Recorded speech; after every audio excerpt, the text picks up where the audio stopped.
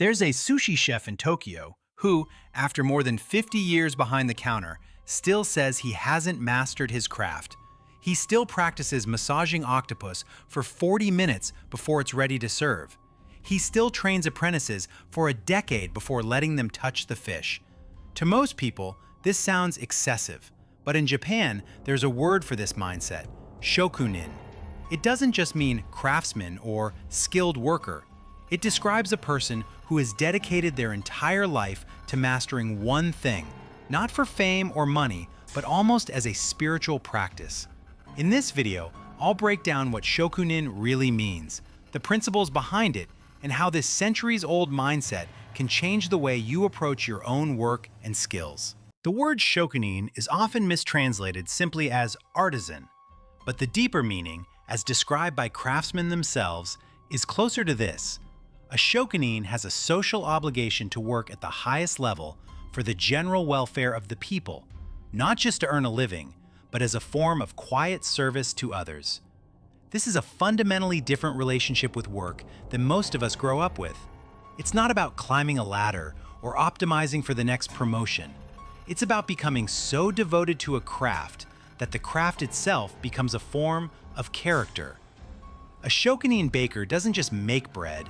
They see bread making as a lifelong practice in humility, precision, and care for whoever eats it. The first principle of shokunin is that mastery is never actually finished.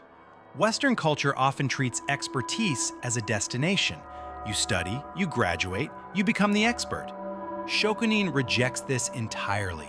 Even after decades, a true shokunin considers themselves a permanent student.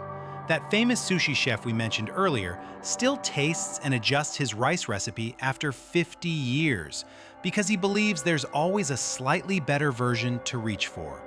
This mindset removes the finish line completely, which paradoxically makes the work feel less pressured because there's no arbitrary point where you're supposed to have arrived. The second principle is humility.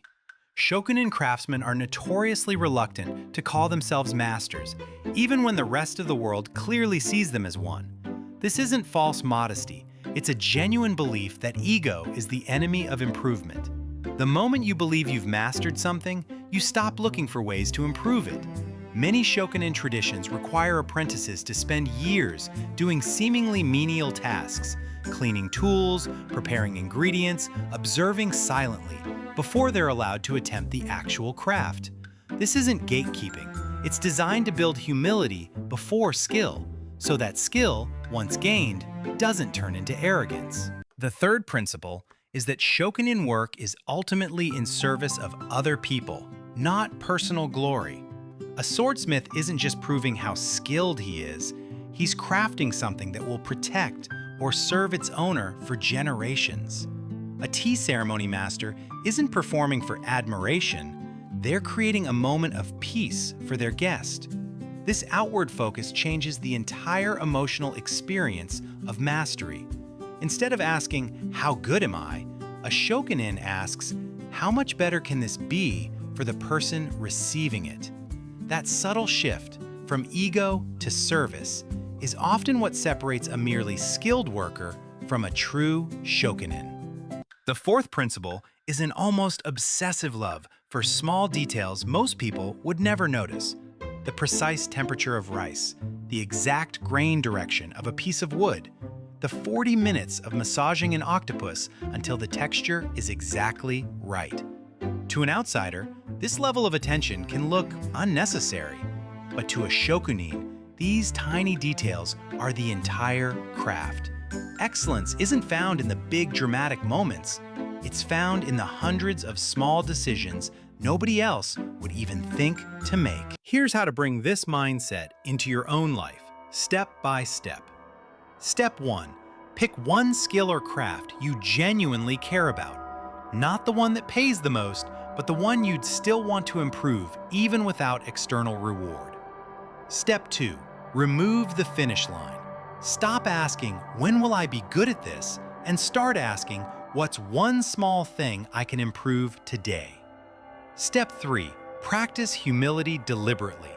Seek feedback from people more experienced than you and resist the urge to defend your work when it's criticized. Step 4. Reconnect your work to the people it serves.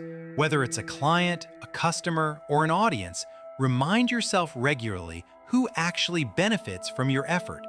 This reframes tedious work as meaningful work. Step 5. Pay attention to the smallest details in what you do, the ones nobody else would notice. Over time, this attention becomes your signature. 3 mistakes commonly get in the way. Mistake 1.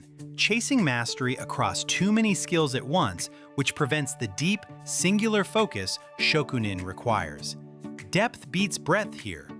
Mistake 2. Treating small details as optional extras instead of the actual craft itself, which keeps work at a merely competent level instead of exceptional.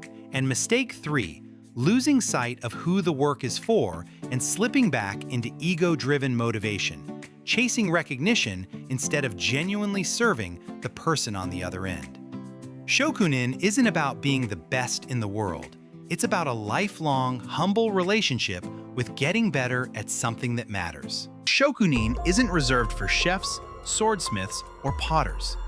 It's a mindset anyone can apply to any craft. Writing, coding, parenting, teaching, or any skill you've decided is worth a lifetime of attention. Pick one thing, remove the finish line, and start paying attention to the details today. If you found this valuable, subscribe for more videos on how the world's most disciplined cultures actually build mastery, purpose, and lasting success. See you in the next one.